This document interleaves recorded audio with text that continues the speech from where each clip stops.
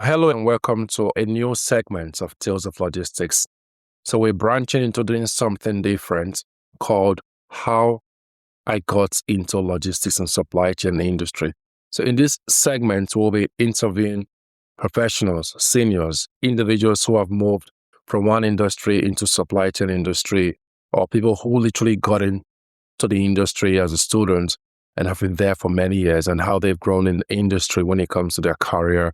And the reason behind this segment is for students or people who want to switch between industries or deciding whether or not to go into the supply chain industry. That's what this segment is about. I'm going to start with myself as a means of ushering in the new segment. I've got a couple of questions that have been asked by listeners or by viewers, and I'm going to be able to go through some of them. I hope you do not find my responses very boring. The first question that I got asked was, what was your very first exposure to logistics or supply chain? My first very exposure to logistics or supply chain was from my relative's business back home in Nigeria. He's into exports, customs clearance to get household wares, household food items, consumer goods, perishable and non-perishable goods, and they send them or ship them to clients in Canada, US, Australia, UK. So that was my real first time exposure to logistics. I saw how the goods were bought. I saw how they were packaged. I saw how they were shipped. I didn't take part in the customs clearance, but I knew about the customs clearance because I spoke with him a lot, he and his wife. And I saw how he was able to tell me the things, the rigorousness involved, or the challenges involved in clearing things, and the challenges you also face when it comes to Canadian customs, and who clears it at the Canada part of the supply chain, how it gets to the warehouse, and how it got sent to the customer's house. So that was my first real exposure in logistics. And I recall the amount of hours a day this couple spent, he and his wife spent a day trying to sort things out, trying to ensure that there was a smooth transportation between point A to point B, and that the customer is not going to get disappointed with his parcel. So I wasn't then in this industry. I was still in finance industry. I was just rendering financial advice to the business, but I had no real interest or even thought that in the future I will switch into supply chain and logistics industry. But that was my first experience, and that was as far back as 2019, 2020. Yeah, 2020. So that was when I had real interest, or that was when I had full exposure to supply chain logistics and logistics, both from the Nigerian version or from West African version. And what did you think the industry was back then? As at then, I had no idea what the industry was. I knew there were a lot of challenges. I knew there were times when you have to stay late, you have to make late calls, you have to follow up on carriers, on shippers, on make sure that the customs documents are complete. You have to be very proactive. I did not really show interest in it because that was not why I was there. I was just rendering financial advice only. So when I think about that now, it's a lot different because I've seen the challenges. I'm now in it. And it makes more sense to me what my relative back then was going through. The second question I got asked was, why did you start in finance, and what skills on finance quietly prepared you for logistics without you knowing? Finance found me. I didn't find finance. I was just a guy out of school looking for a job, and I stumbled upon a recruitment that was looking for sales reps in the bank or just selling checkings account, as what is called in North America, with high interest savings account. That was all. I had no job, and I just applied.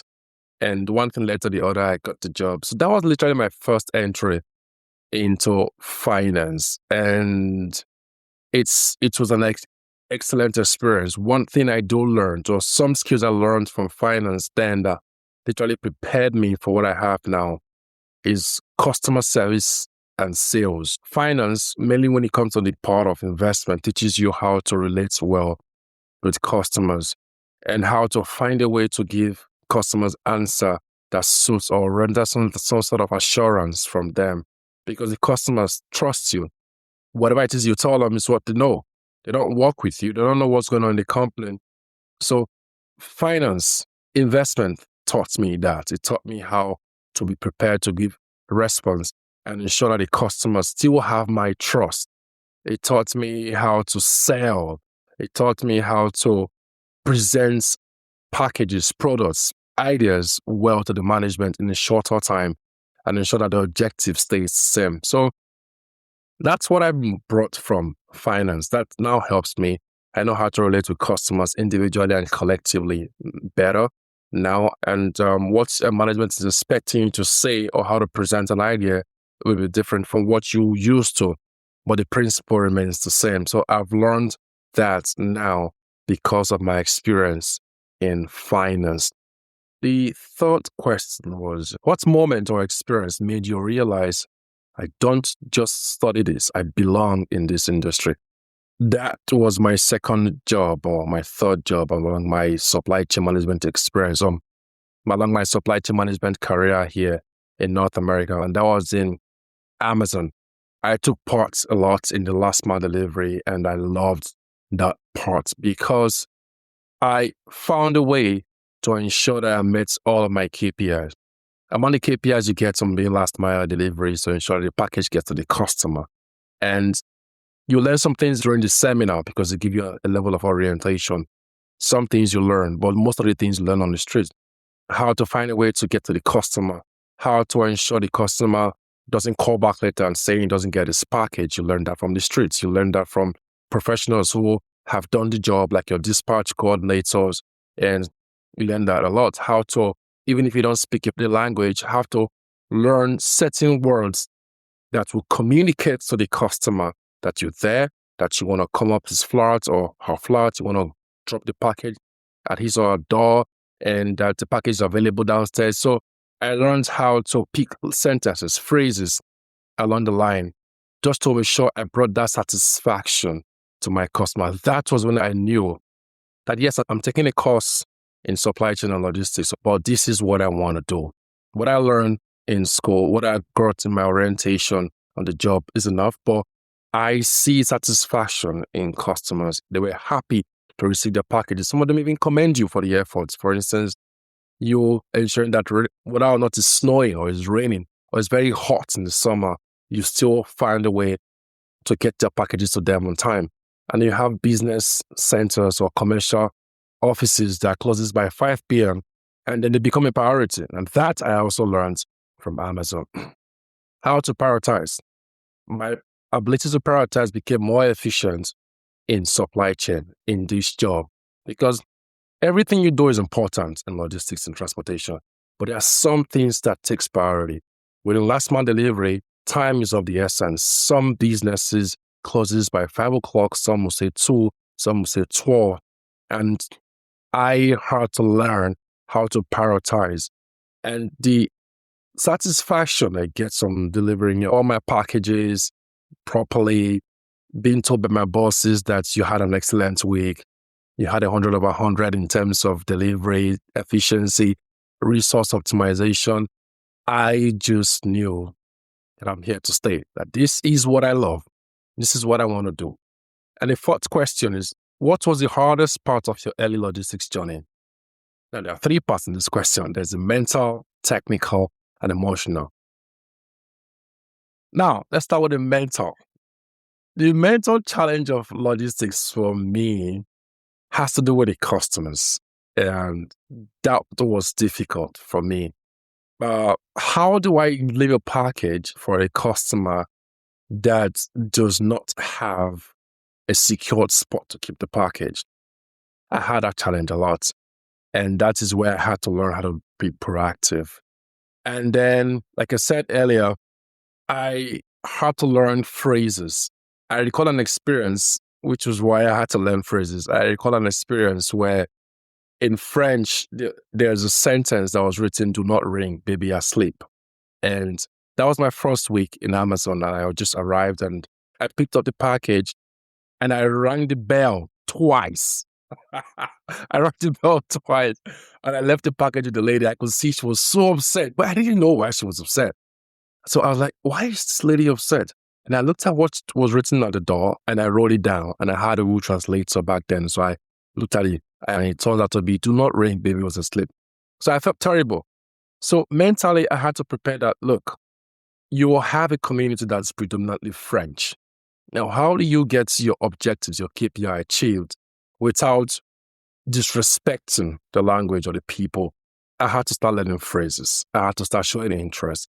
I look up certain common words in logistics, in last mile deliveries. I look at the community I'm going to, because some communities are mixed. You're going to have most people speak English, but I had to learn words like, I see on the door, do not ring, or the baby is sleeping, or no bell, or as a password for this, or a message for the delivery guy in French. So I had to learn how to pick words here and there, phrases here and there. And I realized that my ability to deliver packages or meet my KPI improved a lot. Technically, the challenge I had was numbers. And I've had struggles with numbers right from when I was in school, but I didn't know that it was a challenge. And then when I joined logistics, which is an industry that is absolutely about numbers. In finance, you have a lot of numbers, but not in logistics. Logistics, you live and breathe in the numbers. So when I moved into logistics, that was a technical challenge for me, numbers.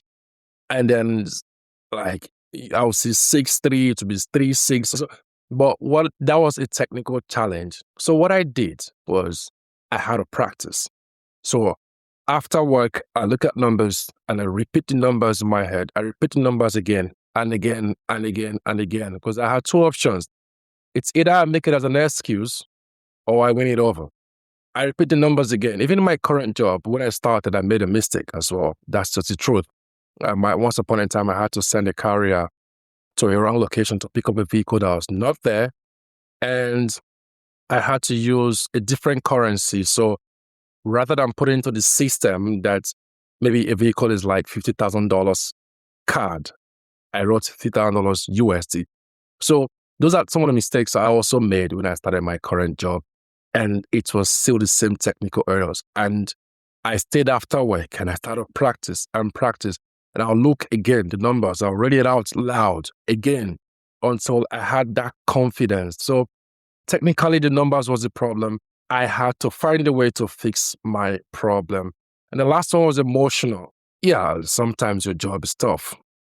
They were like that scenario where I said that I had to send a carrier to a wrong location to pick up a vehicle or use a wrong currency in the value of a vehicle. It cost the company. My boss wasn't happy and I was not happy because that was my job, and I felt emotionally down because I know it cost the company because the carrier would charge the company a dry run, or the client was also not happy that when they got to customs, the value of the vehicle stated was in CAD rather than in USD. And that fell back to the company. So I was not happy emotionally that I had a challenge that brought some level of cost, in quotes, to the company, whether financially or emotionally. But I knew I had to fight this challenge. I knew I had to find a way to improve, because logistics will always be about numbers. Logistics will always be about customer satisfaction. So that is one of the few mental, technical, and emotional challenges that I had when I joined this industry. Yes, in finance, you also deal with numbers. But I didn't have the problem back then in finance, because with finance, you do financial instruments. You don't deal with numbers a lot, except you're an accountant or an auditor or a tax auditor. But if you are a logistics coordinator, you're a dispatcher, you deal with numbers every day. So I had to find a way with time and patience and consistency win over such challenge. The fifth question I got asked was, what was the biggest gap between what you learned in school and what the real logistics world demanded? You see, in school, it's all about theories. All about theories. They tell you what you have to do, not what you need to do. You learn that it has to be in the contract. You have to deal with things on the contract. Now, sometimes what you do not learn is that relationship is so important. I think it happened a lot in my job. My boss is very good at that. He focuses more on relationship. He tells you, build relationships because that's what saves you in this industry. So you learn how to talk properly with the carriers. You learn how to sometimes do things for them because it will come back to pay you in the future. They will have to do things for you as well. You learn how to focus more on the customer and see how you can help the customer, even when it's not stated that you have to do that for him or her. And then you help the customer appreciates that. You learn how to use text messages, calls of appreciation, a way to build relationship. What they don't teach us in school is that in everything you do, client, carrier relationship are so important. The carrier relationship with your business is so important. The client relationship with your business is so important. It's the center of logistics and transportation. That's what I learned on the street, and that has helped me a lot. Yes, I learned customer relationship a lot in finance. We didn't have carriers, but here it took me an extra mile into carriers that, yes, clients are important, but carriers are also important because in rainy days, they will be there to help you. The next question I have is, what was your first small win that gave you confidence that you could actually grow in this field? Commendations. My real test, like I said earlier, was in Amazon when I was working in dispatch as last mile delivery personnel. And after the first 2 weeks and then the third week, my supervisor called me and showed me my KPI. So in Amazon, we have what they call ranks. There's a top 10s, a top 20, top 50s, and then those at the bottom. When I started, believe me, I was always at the bottom because it was chaotic. I was not delivering on time. I was usually getting rescued. But the first week that I made it to the top 10, oh boy, I was so happy. Like, customers got their packages. I had proof of delivery, which is called POD. There was no damaged items. I was on time because you have a timeline to deliver packages. I was on time. I was able to rescue some other colleagues who were stuck as well. I was so happy, and I made a goal that I would try at least to be in the top 10 consistently. I'm a bit ambitious. You get to learn that a lot in financial industry. So I had to make it a goal that I'll try and be consistent on that top 10. What did I do right? Okay, you did this right, that right, this right, tick. Now this is my new KPI. I want to stay in this top. They gave me a gift card for being among the top 10. It was so cool because this is an industry where customer satisfaction determines how you do well. It determines if you're going to get new businesses from your clients. It determines if you're going to have a job. Because the more you do well, the more the companies do well. The more you do well, the more your employer performs well. The more your employer performs well, the more he gets references and clients. So I was so happy that first week, that I got that I made it to the top 10. And since then, every week I was always checking out for myself. Am I in the top 10? Am I in the top 10? Am I going to get a gift? So that was when I knew that, yes, I'm gradually coming into the right industry for me. Now, one thing I love about supply chain industry that I've not touched about is why I moved from financial industry to the supply chain industry. You see, the financial industry, your satisfaction comes from signing an investment from a client. What are you doing private equity? What are you doing pension? What are you doing checkings account? Once you can meet your target, once you can get clients to sign in on board, that's where you get your satisfaction from the first person.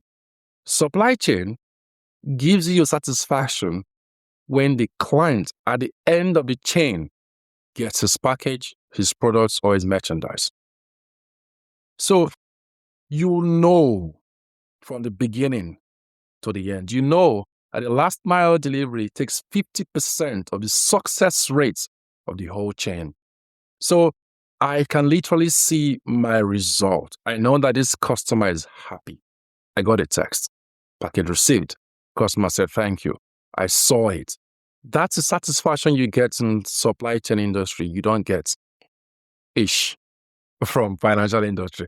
Because in my own experience, I was more focused on signing customers on board, bringing them on, have them fill the form, let them come on board, let them join my customer portfolio. What is my current customer portfolio value? I want to see it increase. But this is supply chain industry. Your satisfaction comes on the last mile. From the last mile, the moment the customer gets his package on time, not damaged, you'll feel a huge level of satisfaction. It brings you joy. It brings you more customers. It's very challenging. Sometimes 9 to 5 is not 9 to 5. Sometimes you can get a call from a carrier at about 6 p.m. or 8 o'clock, even on the weekend, telling you the vehicle you want to pick up, the engine is faulty, tires are not good, you have to switch the vehicle, package is damaged, you have to change the package. Calls come off your regular official work hour, and you have to respond, because if you don't respond, the carrier may not be satisfied or be happy, and you could lose potential deals or runs with that carrier. And even the customer will not be happy, because the customer is already expecting an ETA that this is when I should be getting my shipment or my parcel. And that ETA is supposed to be respected. And so that's where you have to do your job. The next question is, how did your finance background give you an edge in understanding costs, margins, cash flow, and risk in logistics? So, because I had a finance background, I could see the cost implications in the Excel sheet. It's literally there on the dashboard. You know how much it costs the company to pick up the vehicle. You know how much the customer is going to pay. You know the implications if that package does not get to the final destination. It's there. And then you know that now there's an ETA. And you know that if a carrier moves from his location to point A to pick up a vehicle, and he's there, and the vehicle is not there, and he spends so much time either there or at the border or into customs, in some cases, you have to pay for it. So I see the cost implication. And when a carrier goes to pick up a vehicle, but the vehicle is not there because it was supposed to be at a different location, I know the emotional risk involved in it. Mainly when these places are miles apart, I know the emotional risk involved in it. I know the challenges involved in it. So I am always concerned about, which is what I learned from finance, is bringing satisfaction to my employer. Because if the customers of the company are happy, my employer is happy, and I'm happy. Mainly on Fridays or public holidays is in the offing, and the weekend is literally close by. I try as much as possible to ensure I do not bring any cost implication, whether financially or mentally or emotionally, into the company for my own department. So cross-check the documents properly. One document delay could lead to working on weekends or, in some cases, paying a carrier. Make sure the pickup location is correct. The vehicle is ready for pickup. The vehicle is the right vehicle for pickup. Make sure you have all the documents from the client. Everything you need from the client, because the client works Monday to Friday. And on Friday, he could just, or she could just go home. And so you stock, because the carrier is there, close to the border. The brokers don't work for weekends. Most times they work Monday to Friday. I ensure that everything is complete. I have a checklist. Do you have this? I ask the carrier, can you load up this? Can you take it? No. Are you there? Is there a problem with the vehicle? Can we have it switched off? So doing all of these proactive measures saves my company that I work with from costs, emotional costs, financial costs, and relationship costs. Because if you consistently have problems with a customer's parcel or shipment, there's a high chance you could lose the customer.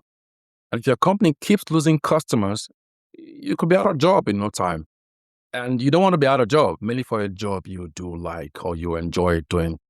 So the experience I had from finance in terms of the cost implication has helped me a lot to see, because here I see everything. I know the implication. And so I'm not void of errors. No human is void of errors. But reducing the errors to as much as possible so that it doesn't bring a lot of or a huge cost implication. As long as the errors are fixable, something you can easily switch, mainly on a Monday to Friday, it's better than committing an error that cannot be fixed on a weekend. Weekends are more expensive. So that's what the experience I got from the finance industry has helped me with. Then the next question is, what early mistakes did you make that you wish a senior professional had warned you about?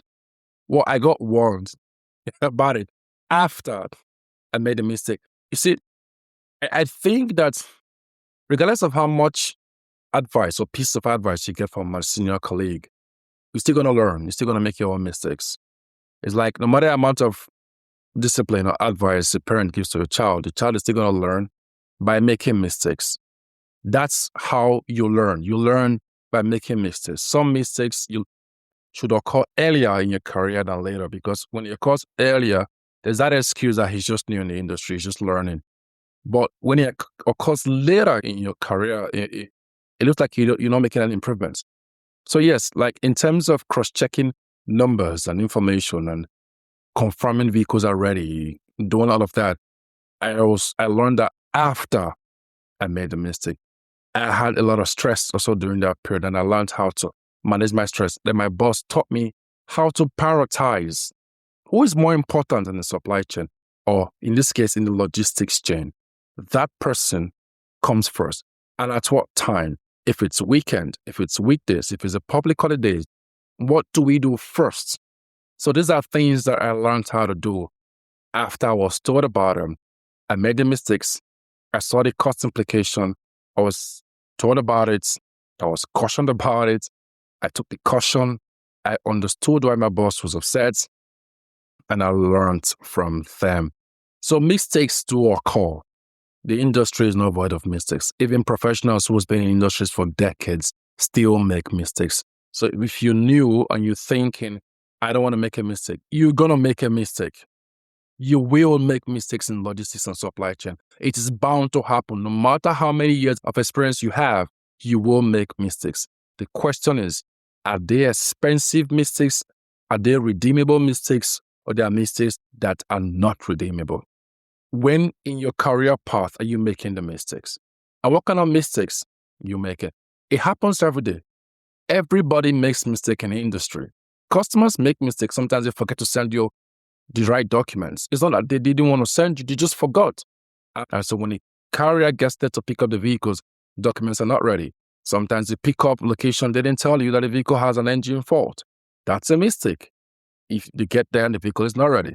Sometimes the carrier's truck is broken down without letting you know. And so you plan with the carrier, but the truck is already broken down. So you stuck with the carrier, or you have to find an alternative. People make mistakes. We are humans. We're not perfect. Nobody's expecting you to be perfect. Nobody is perfect. But you have to ensure that you do your best to reduce errors as much as possible. And once you notice an error, quickly as possible, fix the error before it becomes a problem for the next party in the supply chain. The last question, no, second to the last question I have is, at what point did you stop feeling like a student or a newcomer and start seeing yourself as a logistics professional? I'm still learning. I'm still learning in this industry. But when I did my Certified Supply Chain Professional Examination, EPICS, APICS, and that was a turning point for me because I went to college to study transportation and logistics. I was already working in the industry. I'm still working in the industry. So I've learned real-time field experience, whether it has to do with small parcels or moving vehicles. But when I took that examination, that was when I knew that I've stepped up a little bit. I'm still learning, but I've stepped up a little bit. So that was the point that I knew. So my advice is, or my piece of advice would be, take on a certification. There are well-known, globally recognized certification in supply chain, logistics, transportation, procurement. Take on a certification. It exposes you to a whole new level of understanding in the industry. And when you add that with your real-time on-the-job experience, you make a lot of difference. So that's when I knew that I've stepped up in the sense of becoming a professional in logistics and supply chain management. Finally, the last question I had was, looking back, what part of your journey are you grateful for, even though it was uncomfortable at the time? Well, looking back, I think going to school, to college, at mid-30s, married, in a new country with a new job was challenging. Challenging because I'm ambitious. I like to succeed. I like to take on challenges and I like to succeed on them. So I had to ensure that I keep my job, I do my job well, get a good grade in my course, and be there for my family. Challenging. But the truth is, it has paid off and it continues to pay off. I'm still growing. I love my job. I love my podcast. I'm pleased with my listeners and the little contribution I've done in the industry because of that one step I took. Deciding that I want to switch to supply chain management was a good move because I had either going to business analytics or supply chain management. And I just felt, give it a try to supply chain management. And I think that was the best move I made. I'm happy where I am. I'm happy what I've achieved. I'm happy that I'm still learning, continue to learn and to improve, and that my little contribution in the industry counts. So those are the few questions I've been able to answer today. And those are my little answer to those questions. And that's how this segment of our Tales of Logistics will go.